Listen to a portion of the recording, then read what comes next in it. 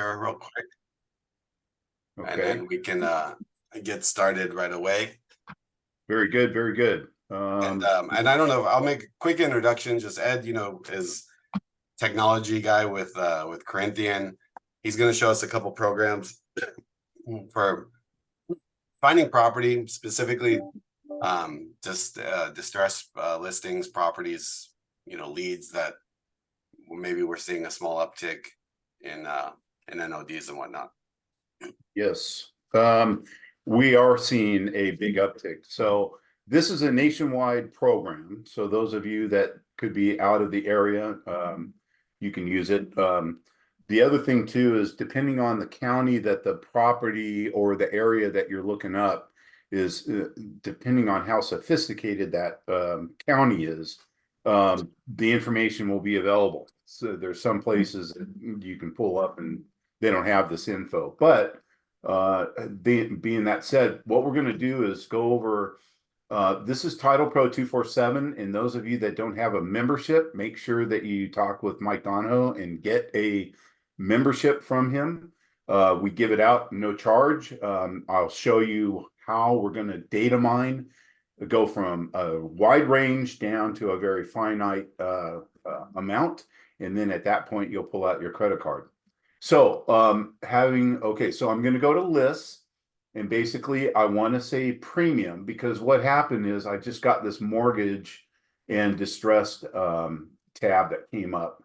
You'll see that there's a lot of different ways to use this program. And you can actually, those of you that are lenders, can reverse engineer for different programs that come across your desk. You can actually reverse engineer leads from here. But today we're going to talk about distress, and the NODs have increased twofold across the country, if you will, mainly because the servicers have been told by the bennies, hey, start the process. We got to put some teeth in this. COVID kind of slammed those guys and put a halt to it. Now, institutional lenders, but private party lenders could always still foreclose. What we're seeing though is NODs are hitting, so we're going to call that a distressed property. But because everyone has so much equity, it's rare that they get to the trustee sale stage. Although the trustee sales in all the counties across the board have increased threefold in the last month. And I think it's because the rates went up, they can't figure out and do a loan modification, and they've got equity, or they don't have equity. Maybe they purchased in the last couple of years and they don't have the equity that they need, or they've stuck their head in the sand and thought, well, somebody's going to come save me on this one. And quite honestly, they're going to the steps. So having said that, we start from left to right. So we're going to go from geography all the way across. And so I'm going to start with the county of San Diego. And all you do is click add. And now we've got 1.1 million. Can everyone see the numbers on the right side of my screen? Sometimes the pictures are in the way.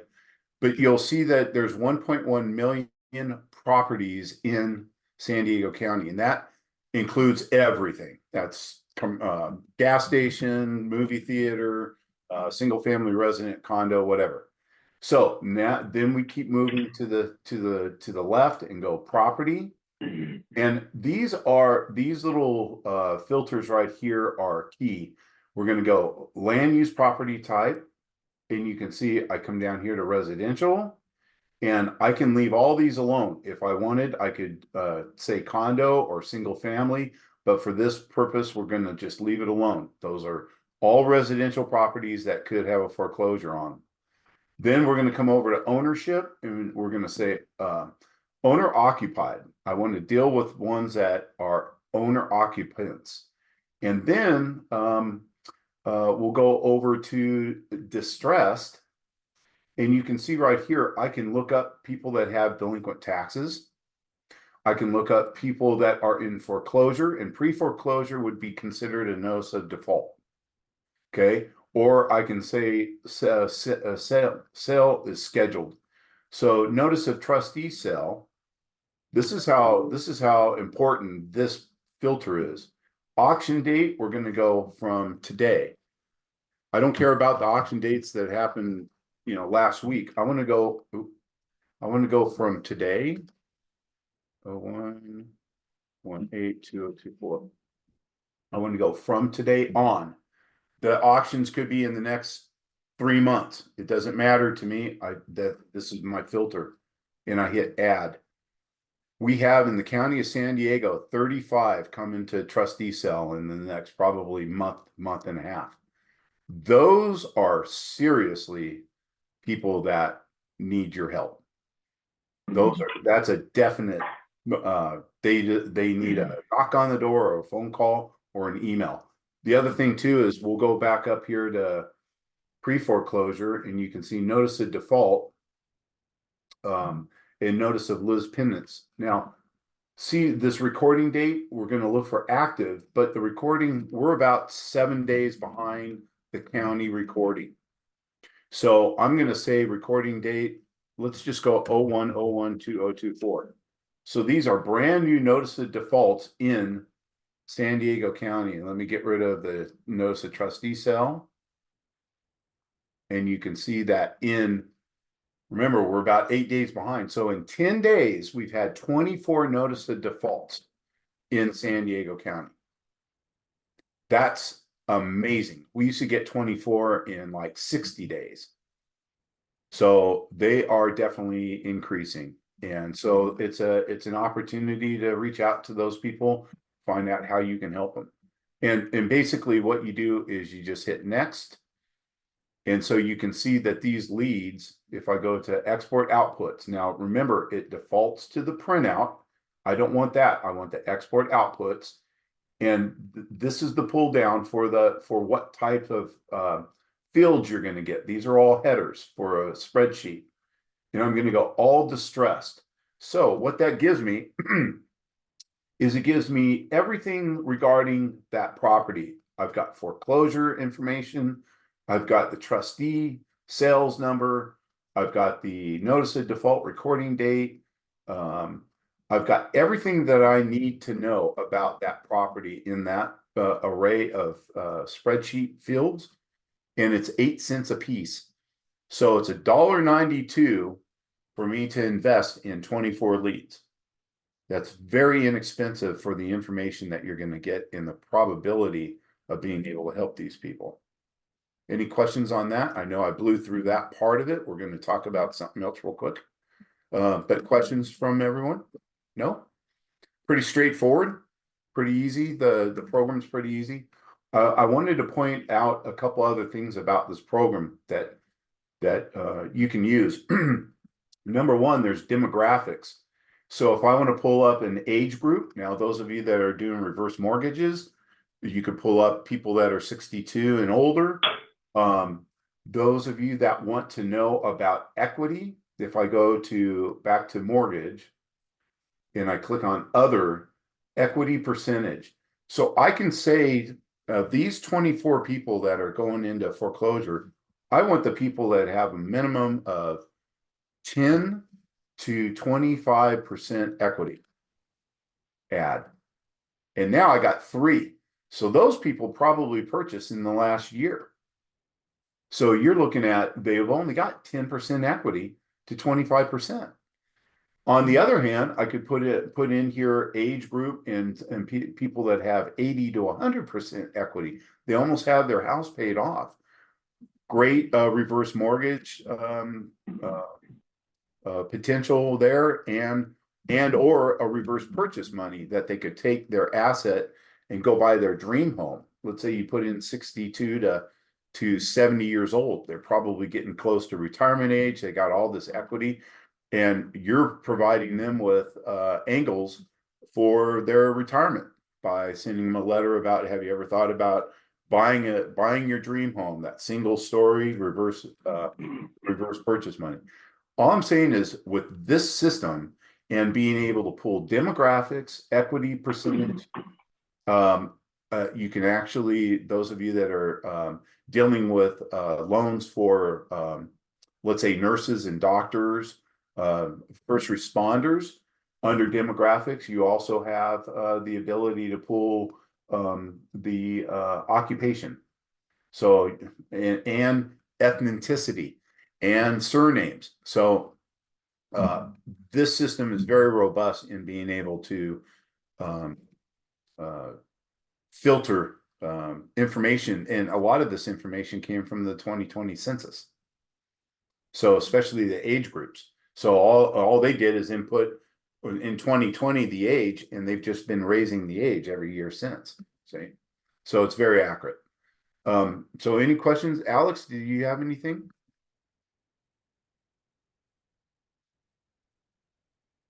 No? Okay. All right. The other program that we've got that you might want to know about is Title Toolbox. And that's this is a program that also has very robust information for distressed. When we're going to talk about distressed again, um, this program has leads for like probate and affidavit of death. So you figure that on a probate, we know that they're going to sell the property nine times out of 10. And for affidavit of death, we know that one of the owners died, and they have now sent out to the world that this person has passed on, and that the debts can't be incurred by that dead party. And if you think about it, something may go on in that property where one spouse dies, the other one wants to leave and go live with the grandchildren. Whatever the case, we're looking for life events and distressed properties that is affecting the homeowner, because in this market, we're kind of locked in right now and people aren't moving because of their low interest rates. So, and that was the other thing too, I meant to mention on Title Pro 247, you can put in a range of interest rate and type of loan, FHA, VA, whatever, and be able to pull up candidates for let's say a streamline refinance. So that's another angle with 247. But with Toolbox, you basically have the ability to pull up an area. So we're going to do the county of San Diego, and I can come in here and put in property characteristics, SFR or condo. I can do when they purchased it or not. But under Premier Data, this is what I wanted to show you is these are life events that this system has. You got Liz Penance, notice of default, trustee sale, bankruptcy. That's a life event. Maybe they're going to want to sell the house, liquidate, and pay off debt. Affidavit of death, probate. Probates are really hot. You think about it. What is happening with that is the probate. The person died. There's a petitioner petitioning the courts, and the court is going to say within about the 4th month of the probate term, liquidate the asset. So we know that these are good leads in regards to what's going to happen with that property, and that's what we're talking about today. Where are the opportunities out there in the marketplace? And the distress are one thing, but these are life events.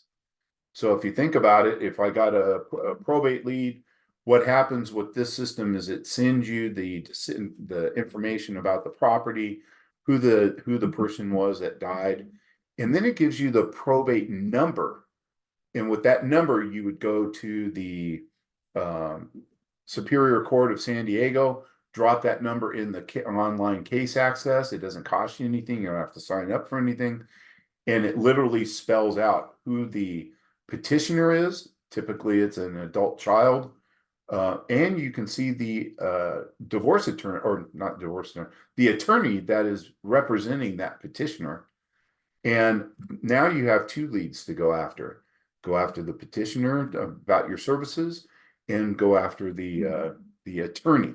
Because if you could get a half a dozen probate attorneys in your back pocket, you got business. They always refer an agent to sell the property to the judge.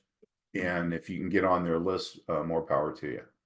So that's in a nutshell about distressed properties and life events that can create opportunities for yourselves.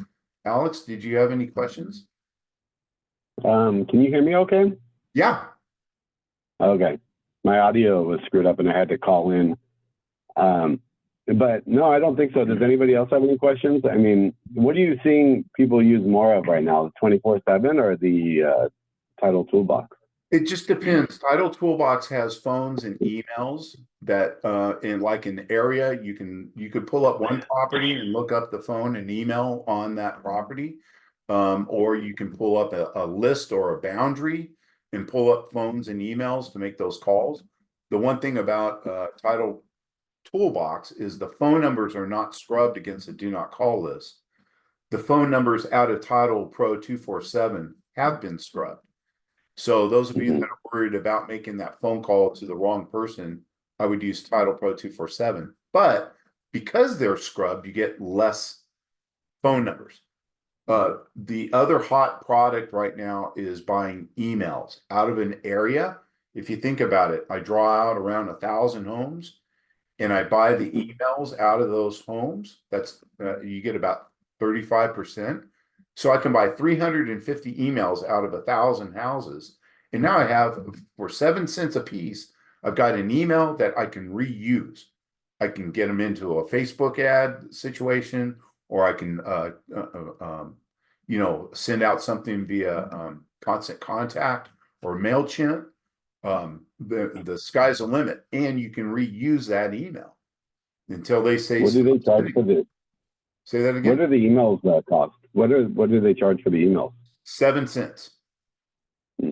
So really inexpensive. Yeah, and if one thing that Ed mentioned there was the Facebook ads, and I don't know if you guys know this, but you can do targeting ads on Facebook where you can import a list of email addresses, and then that becomes your audience. Right. And so, like, if you had a very specific farm, like Cheryl, for example, you want to focus on Tierra Santa, you could do a boundary area of Tierra Santa. You could pull every email address that it has in there.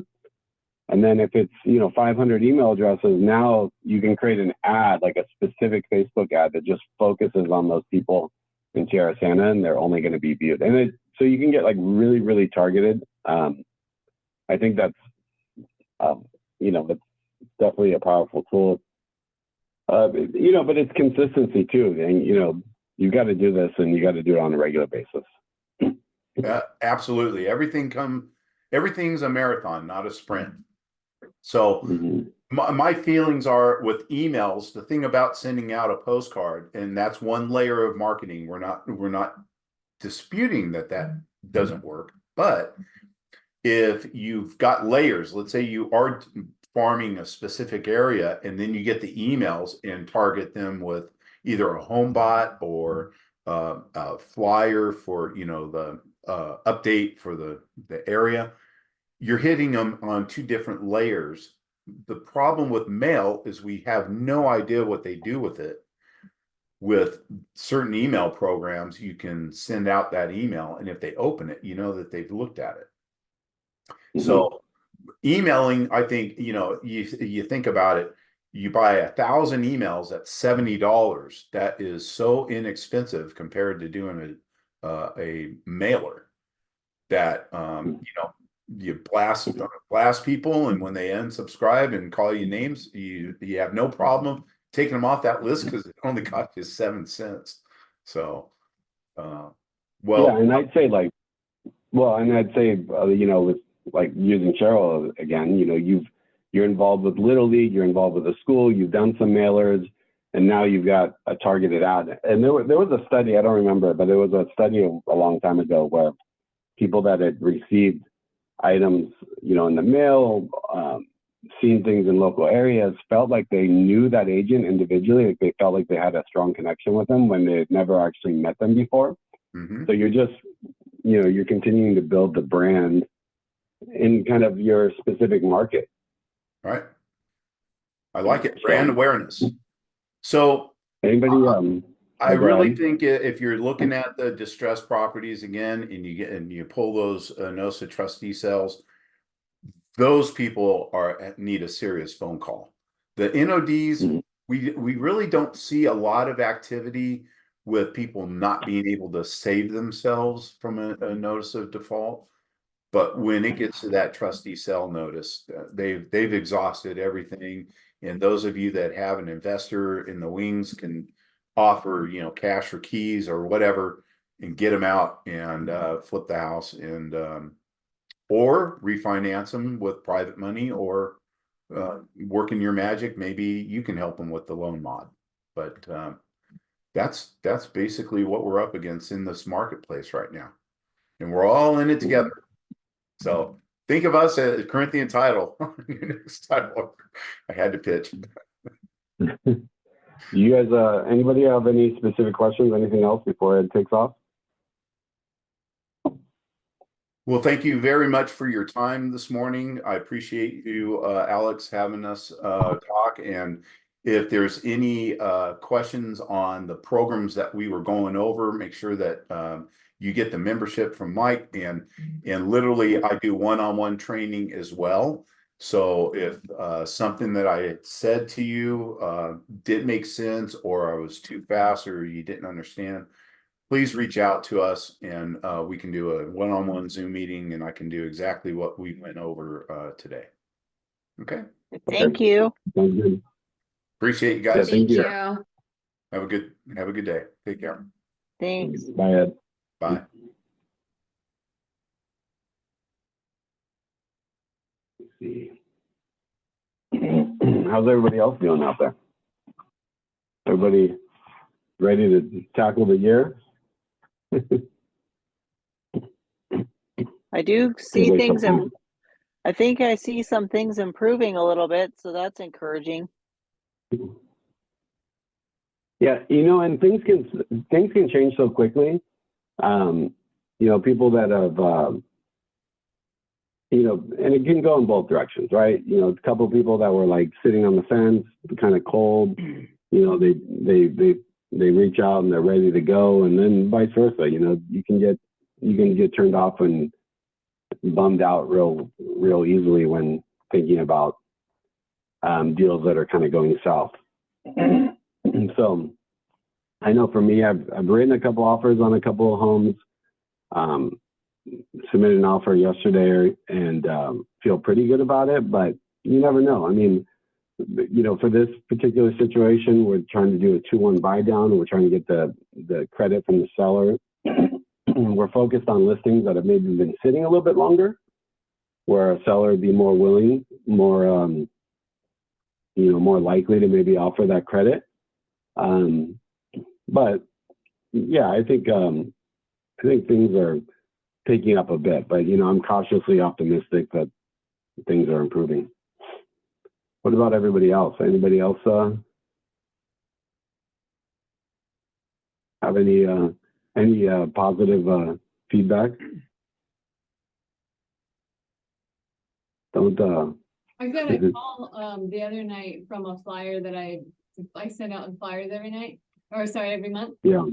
Actually was grocery shopping, and somebody called me saying, "Hey, I got your flyer a couple months ago, and I was kind of meaning to call you because I said I live on Harbinson." And so he said, I'm your neighbor. He said, I'm not in need of anything right now, but I've got your card, and if anybody needs anything, I would much rather refer to another neighbor than somebody else. So I just kind of reaffirmed they are getting my mailers, and somebody called. It was just exciting for me anyway.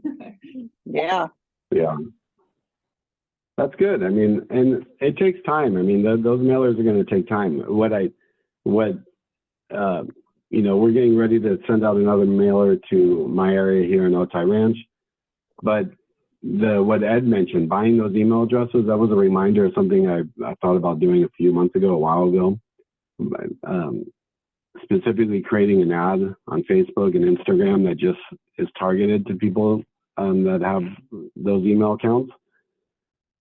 And then again, kind of building on the brand that you're trying to, you're hitting people with postcards.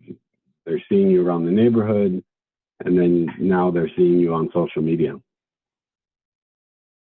Let me, Carlos was going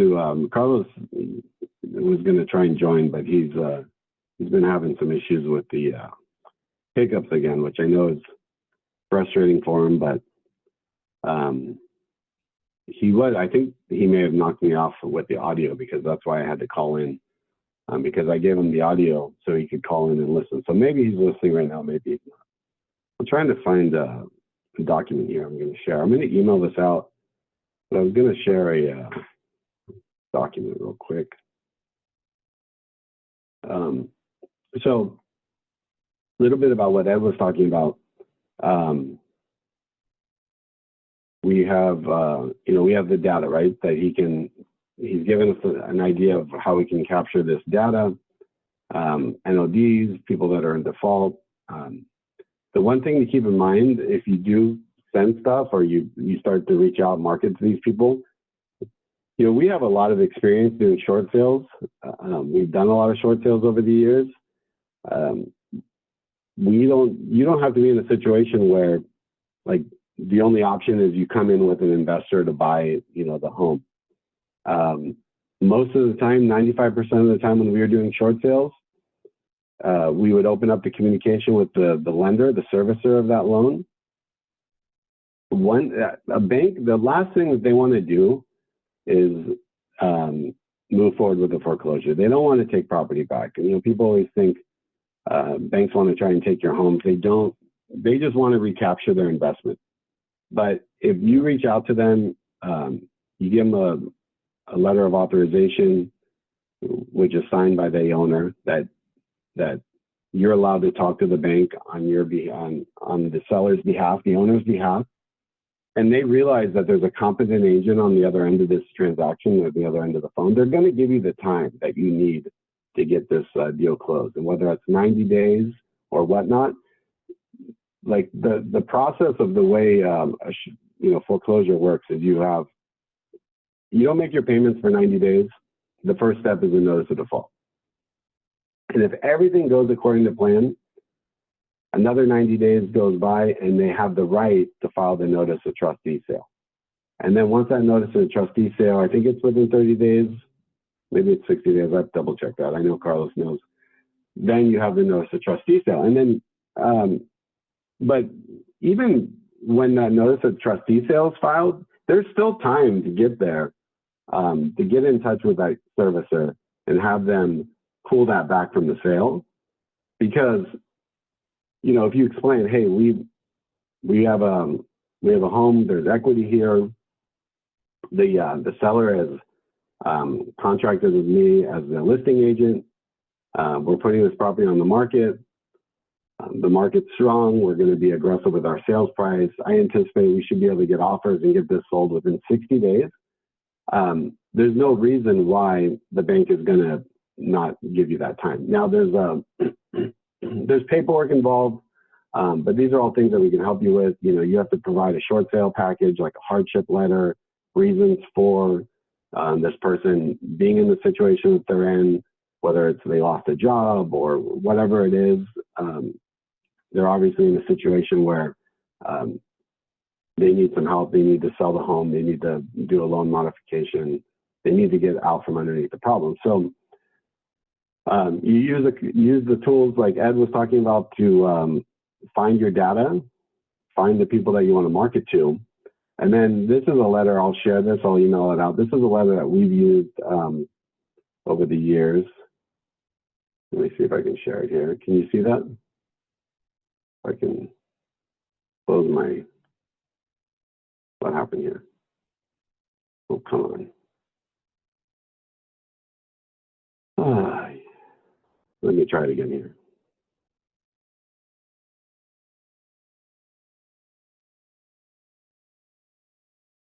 It keeps wanting me to sign in. I don't want to sign in.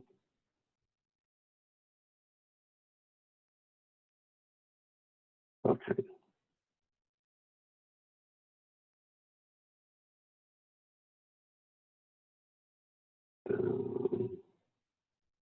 All right, let me try it this way. Well, of course, it didn't let me share my screen. happening? Sorry. It always works without fail, you know, whenever you're ready to share something, everything goes to crap. All right, hold on. Let me share it through the document, through Google Docs here.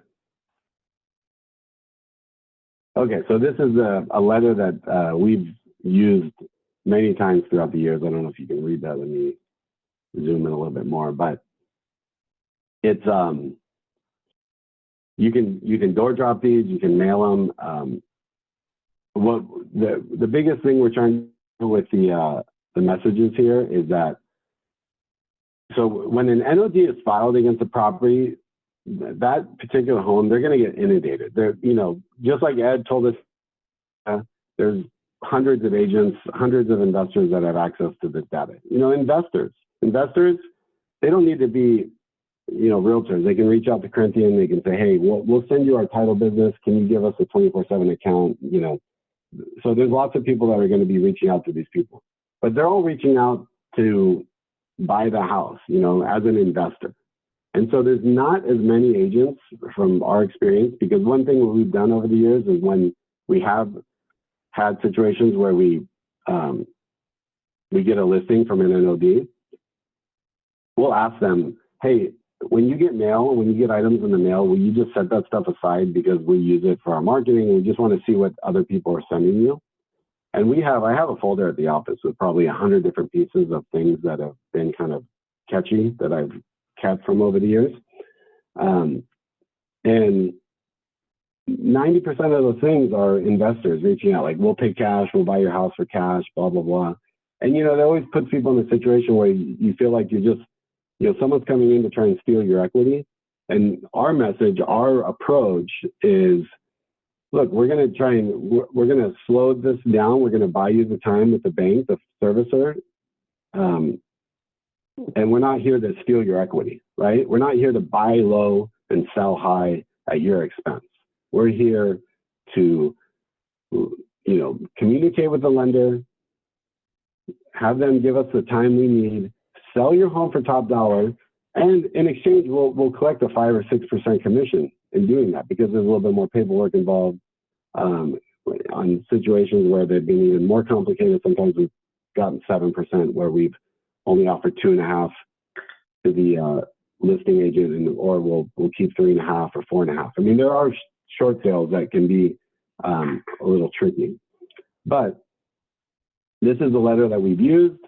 I'll share it with you. And then what we have done in the past, we'll usually make it two-sided. You know, for anybody that speaks Spanish, we do the same thing in Spanish on the other side. You'll know, like, most of these surnames you're going to see are going to be, you know, English-speaking last names. So you may not be bothered with the Spanish version, but you could take, let's say, the data of, you know, 30 homes or whatever the data is, and then just focus. Like, if you only speak Spanish, or I mean, if Spanish is your a language that you can market in, then maybe you just focus on the Spanish last names. It's up to you. But this letter has been pretty effective. And then I know Stephanie, she may share something later. She has another letter that she's been targeting and using, sending out. And you can also do, you know, you can follow up. You can do this letter. You can do a CMA. You can do a door drop instead of, you know, just being another letter in the mailbox where they probably receive 30 or 40 or 50 different letters. You can use something like this. So any questions on that?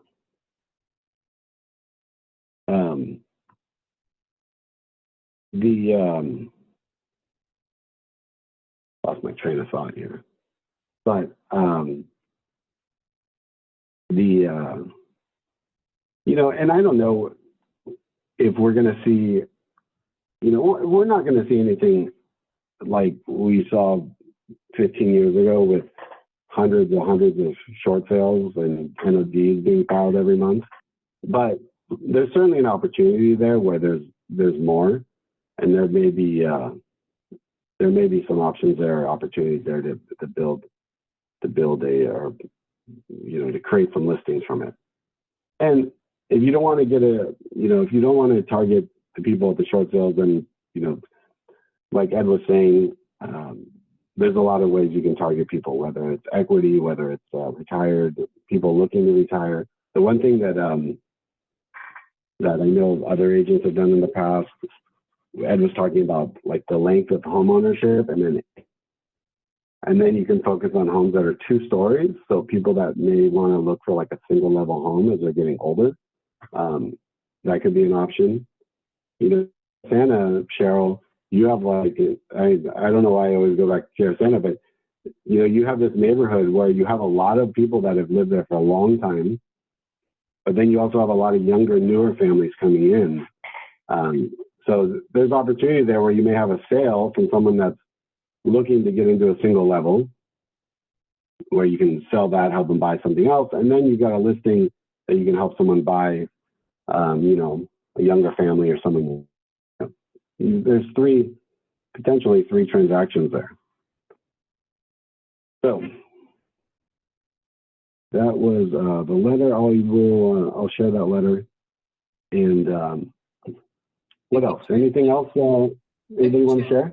I can share the letter that I wrote up if anybody's interested in that as well. It's not, I mean, it's pretty different than what you did, but Yeah. If you want to, this one. Do I do just share screen? you should be able to share your screen. Can you see that? Yeah. So that's the letter that I got I don't even know where I got it from, but I did a lot of editing to it to kind of tailor it. But I can send that out too. And that's just kind of a broad spectrum type of, because I know you said that there's, you know, a wide range of the pre-foreclosure and the, you know, the whole process. So depending on where people are at in that process, kind of hits and covers, I think, a lot of those positions. And it does talk about either buying their property or listing it, or, you know, figuring out a way out. So it kind of gives them too, but I can email that if anybody's interested in it as well. Okay. Yeah. Yeah. Jasmine is interested.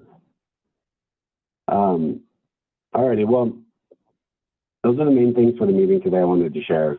We're probably going to do meetings once or twice a month.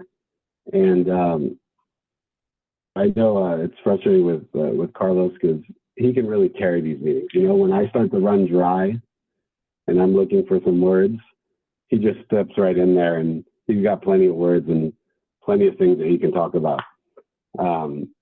So until he can get his esophagus fixed, which I think he's going to need surgery for, you know, you can always reach out to me. I'm always available, or send him an email, send him a message. Sometimes if he's not answering, it's because he's going through a case of the hiccups.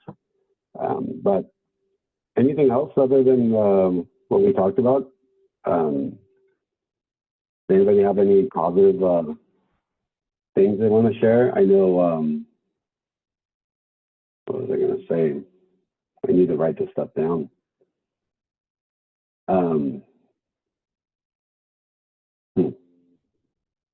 I can't think of it, but I will as soon as I leave this meeting. I'll think of something. I'll think of what I was trying to say. Anybody else want to finish up before we wrap up, or any questions? Has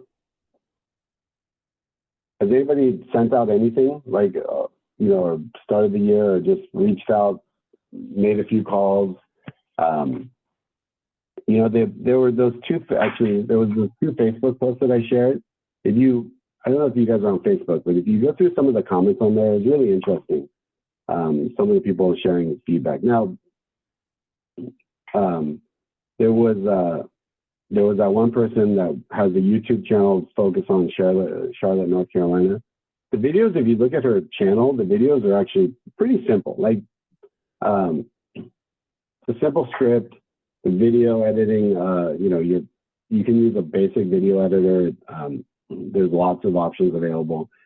And then if you look at the video, there's a lot of B-roll on top, which is like B-roll or like images, clips of like maybe Charlotte, or maybe just the process of a happy family, you know, buying a home or whatnot. And you can actually, there's services online where you can find that stuff for free. And then there's others that are where you can pay a premium and you have access to all this additional B-roll. So like if you were making a video and you're talking for 5 minutes in front of the camera, what you try to do is, and you've seen this all if you're watching marketing videos, but you refer to it as B-roll. B-roll is the stuff that you put on top of your video that you're talking, you know, driving down the street, walking in, signing a contract, you know, happy family playing in the backyard, right? All this B-roll that's related to your video, a lot of that is all available, some paid, some free.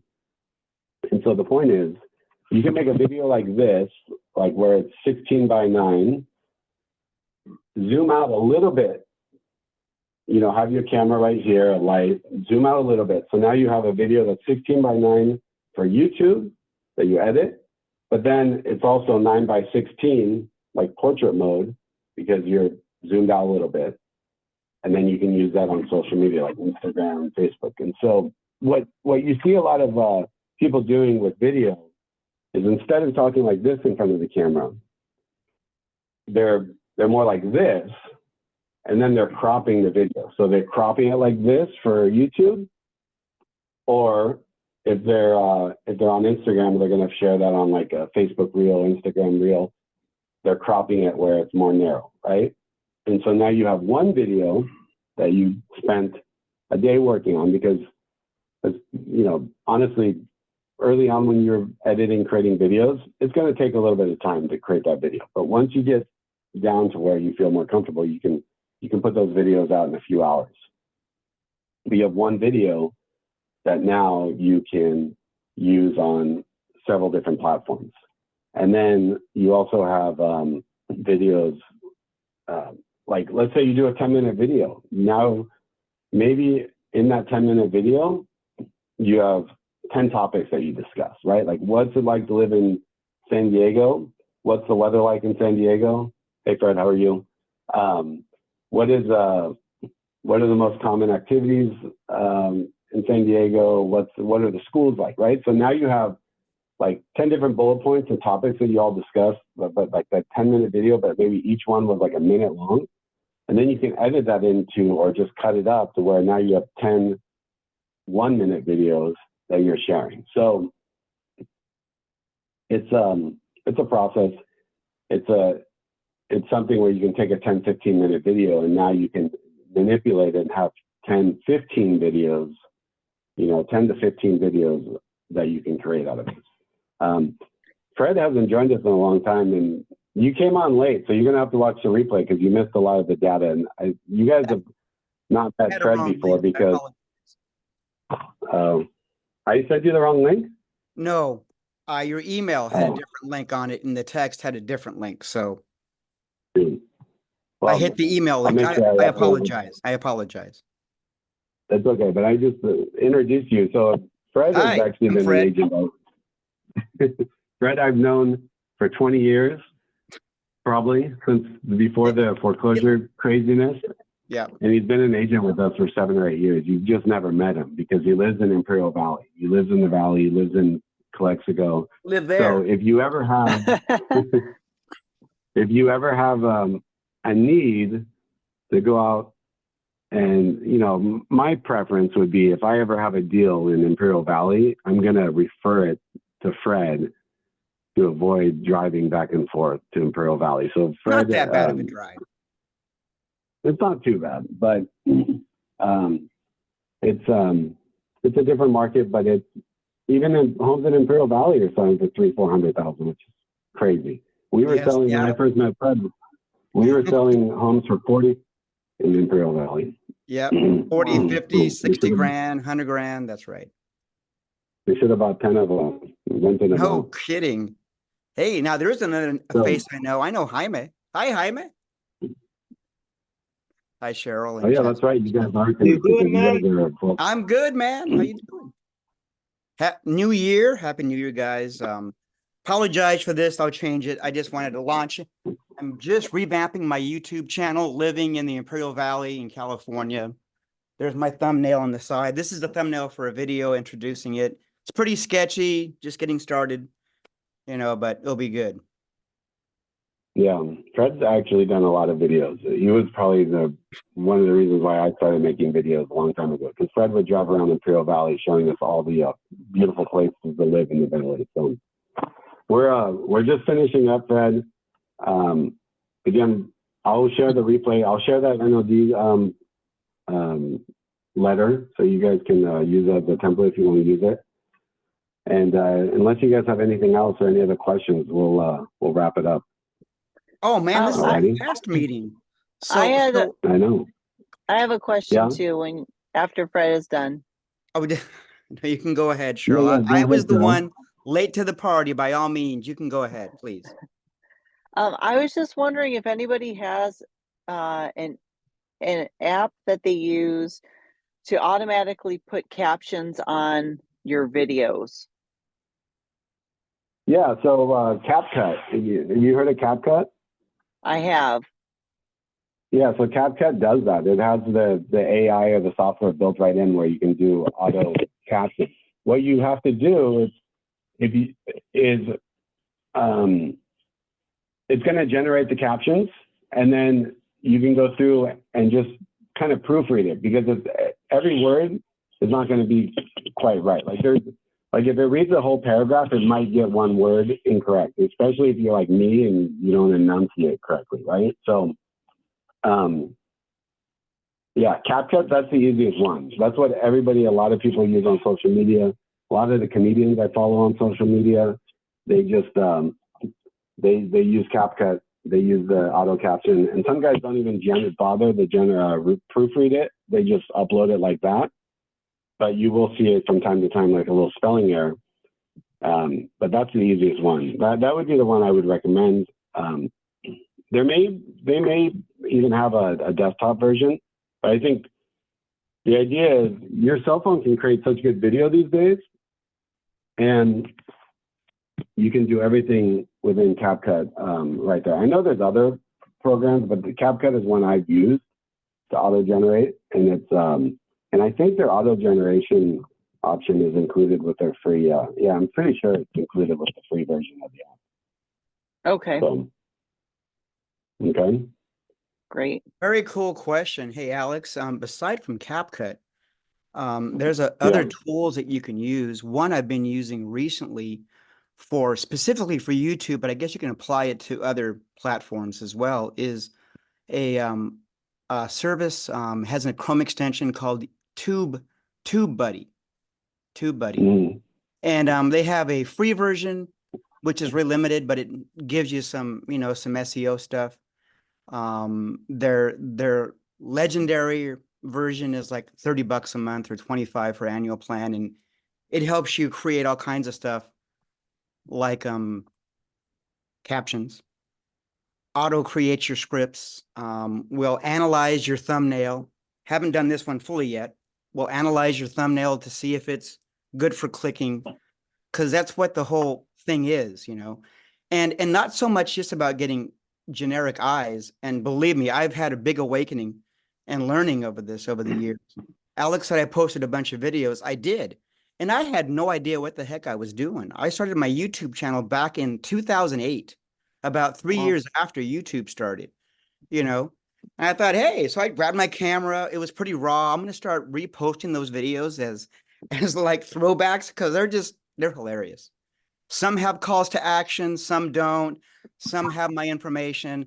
Some ask to subscribe and some don't. So just be mindful of all those things, because I didn't know what I was doing. I didn't know about tags, keywords, any of the things, And then it sat and got dusty, like a vacant house, like a zombie property. It sat like a zombie property out there in the world doing nothing. And I'm coming back to it going, oh my gosh, no wonder why it's so crappy. I mean, it was okay to me, but it's crappy. So I'm going to try to bring it up. So I posted one video, and already just one little video has zoomed up my viewers, not my subscribers. I'm still pretty low. So, but anyway, So please No, it's excuse my cool. dust. I'm rebuilding and reconstructing. I'm rehabbing my YouTube channel.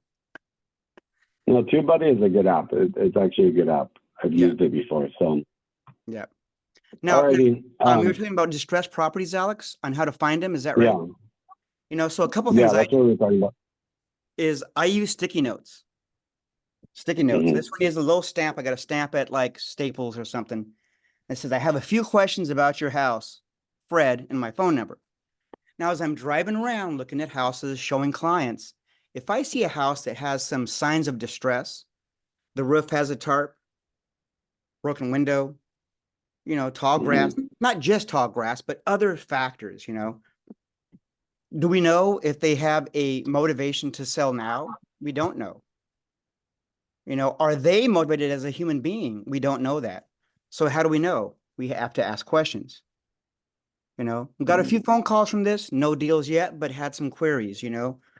Also, I Yeah. followed up on some of those people, like the foreclosures, the NODs. I printed a picture of the house on a postcard or a flyer, and I'll send it to them. You know, and I'll say house is wanted. I'm not saying I want to buy your house because it's in foreclosure. I'm saying I want to buy houses, you know. So, I mean, those are a couple different ways also to find off-market properties, just to get, you know, some activity going on and have conversations, talk to the neighbors, you know, etc. You got to be careful with NODs. I used to be a foreclosure guy, work at a bank. I was the guy who sent out the NODs and the NOTSs, you know. I did that during the 90s. I know. But it was interesting stuff. We might have, yeah, we might have found Carlos's replacement here with when we need some additional wisdom and some additional words. Well, I don't know We were about that. talking about- Carlos, those are some big shoes. Those are some big shoes there, Alex. I mean, he's taller than I am, but those are some big shoes. So I appreciate that, but whatever I can. I mean, I'm always here to help, and I apologize, Alex, again profusely. I've undergone myself a transformation as well. So long story, not going to go into it, but I'm here, so that's all that matters. All right, guys. Well, we're gonna wrap it up because I actually have to go. I'm changing my internet today, and the guy's knocking at the front door. So Always fun. I'll see you guys later. Thank you guys for joining. I'll share this video, and you can watch the replay later, and then I'll share those NOD letters in a little bit. Okay. Sounds great. Thank you. All right. Thank you. All right. See you guys. Bye. Thank Have a good day. you. Be safe. Thank you. Bye.